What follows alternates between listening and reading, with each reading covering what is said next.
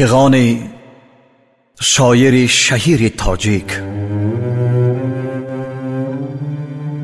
جوان مرد و میهن پرست اصیل سیف فرغانی بر استیلای مغول.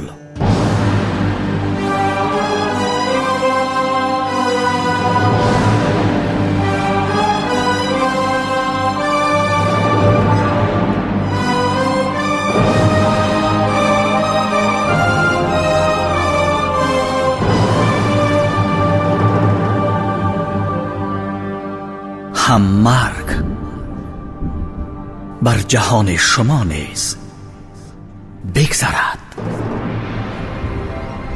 هم رونق زمان شما نیز بگذرد.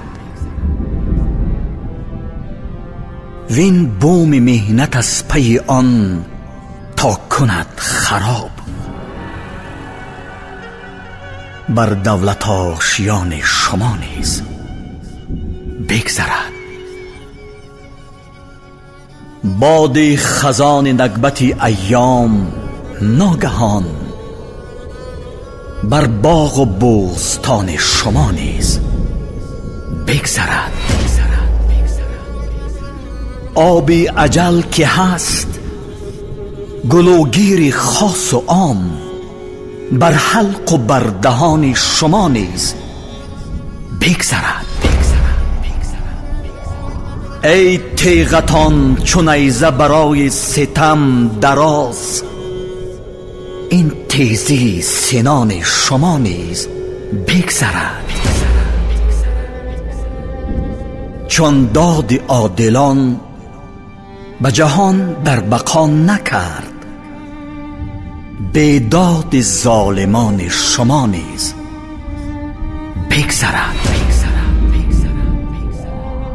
در مملکت چو غرش شیران گذشت و رفت، این اوعوی سگان شما نیز بگذرد. آن کس که اسب داشت غبارش فرو نشست، گردی سم خران شما نیز بگذرد. بادی که در زمانه بس شمعها بکشت، هم بر چراغدان شما نیز بگذرد. زین کاروان سرای بسی کاروان گذشت، ناچار کاروان شما نیز بگذرد. ای مفتخر به طالع مسعود خویشتن، تأثیر اختران شما نیز بگذرد. این نوبت از کسان به شما ناکسان رسید، این نوبت از کسان به شما ناکسان رسید. نوبت ز ناکسان شما نیز بگذرد. بیش از 2 روز بود از آن دیگر کسان، بعد از 2 روز از آن شما نیز بگذرد.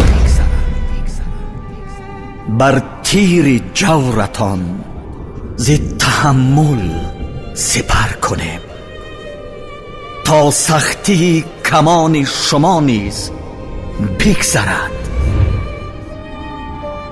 در باغ دولتی دیگران بود مدت، این گل ز گلستان شما نیز بگذرد. ای تورمه سپرده به شوبان گرگ تب، این گرگی شوبان شما نیز بگذرد.